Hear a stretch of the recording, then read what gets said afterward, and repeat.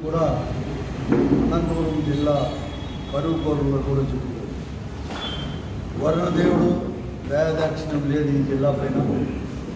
పాలకులు కూడా ఎక్కడ కానీ రైతాంగం పైన కానీ జిల్లాలో నెలకొన్న వర్షాభావ పరిస్థితుల గురించి కూడా ఆలోచన చేసే టైం కూడా లేకునే పరిస్థితుల్లో ఉంది.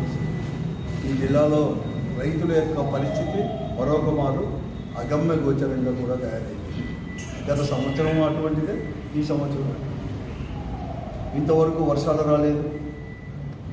మొదట్లో ప్రారంభంలో ఆరుద్ర కార్తెలో ముసర కార్తెలో వర్షాలు పడితే బాగా వస్తాయని చెప్పి ఎంతో ఆశతో రైతాంగం జూన్ మొదటి వారం రెండో వారంలోనే కొద్దిగా వేరుశనగ, ఎక్కడ పొద్దునీక ఎక్కడ వేరుశనగ, ఇతర పంటలు పత్తి కానీ ఆముదము కందులు ఇటువంటివన్నీ కూడా పంటలు వేసుకుంటాయి.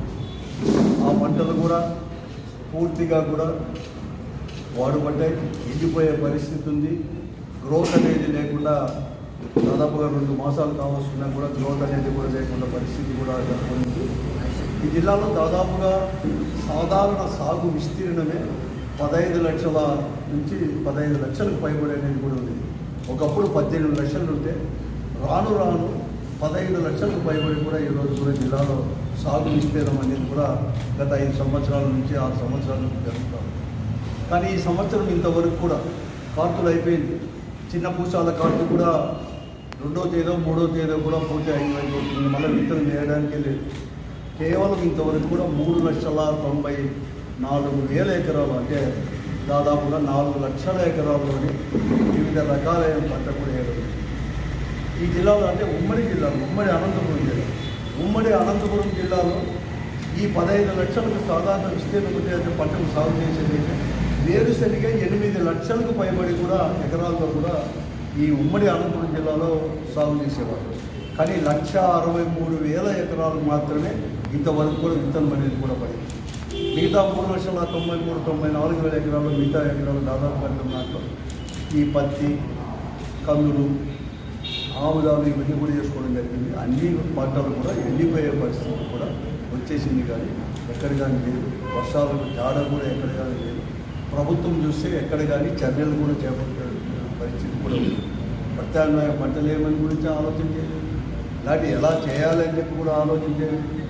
వేసిన పంటలు కూడా ఇలా కూడా అయిపోతా అంటే ఎలా చేయాలని చెప్పి ఆలోచన లేదు.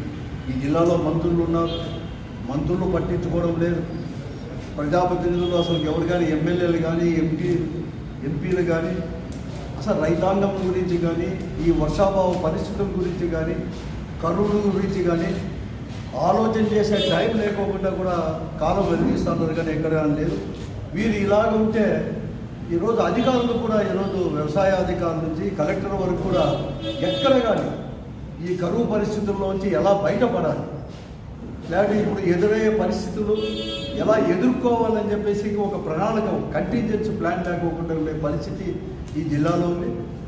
ఇటువంటి పరిస్థితి ఎప్పుడు కానీ, ఎందుకంటే కరువు అనేది అప్పుడప్పుడు వస్తుందని అనంతపురం జిల్లాలో ఈ పరిస్థితి అంటే పాలకులు దీని గురించి ఆలోచన చేసే పరిస్థితి లేకపోతే మొట్టమొదటిగా నేను నా ప్రజా జీవితంలో ఈ సంవత్సరాల నుంచి మొట్టమొదటిగా నేను చూస్తాను. పోయిన సంవత్సరం కూడా అంతే. ఎందుకంటే అందరూ అంటారు చంద్రబాబు నాయుడు గారు ఎంబడే కరువును కూడా పిలుచుకొని వస్తాడని చెప్పేసి. అసలు చంద్రబాబు నాయుడు కరువు అనేది కూడా కవల పిల్లలను కూడా అంటారు.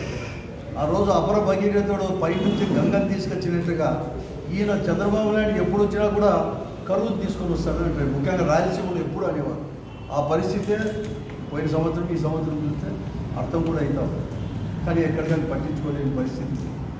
కొంతమంది హెచ్ఎల్సీ అని చూస్తామంటే నీళ్ళంటే తుంగభద్ర డ్యాంలో వచ్చి పొంగి సముద్రం పాలవుతున్నా కూడా వీరు ప్రణాళిక లేని కారణంగా ఈరోజు వర్క్స్ అనేది కూడా కంప్లీట్ చేయడం వల్ల ఆలస్యంగా కూడా తీసుకుని రావడం.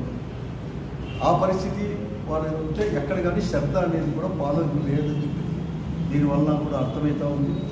ఈరోజు ఇన్సూరెన్స్ అనేది కూడా గతంలో జగన్మోహన్ గారు ముఖ్యమంత్రిగా ఉన్నప్పుడు రైతాంగానికి భారం కలిగించకూడదని చెప్పేసి ఇన్సూరెన్సే ప్రభుత్వమే చెల్లించేది. కానీ చంద్రబాబు నాయుడు గారు ముఖ్యమంత్రి అయినాక గత సంవత్సరం నుంచి రైతులు ఏదైతే చెల్లిస్తారో ప్రీమియం రైతులే చెల్లించుకోవాలని చెప్పి నిబంధన వల్ల గత సంవత్సరం కూడా ఎవరు కానీ కట్టలేక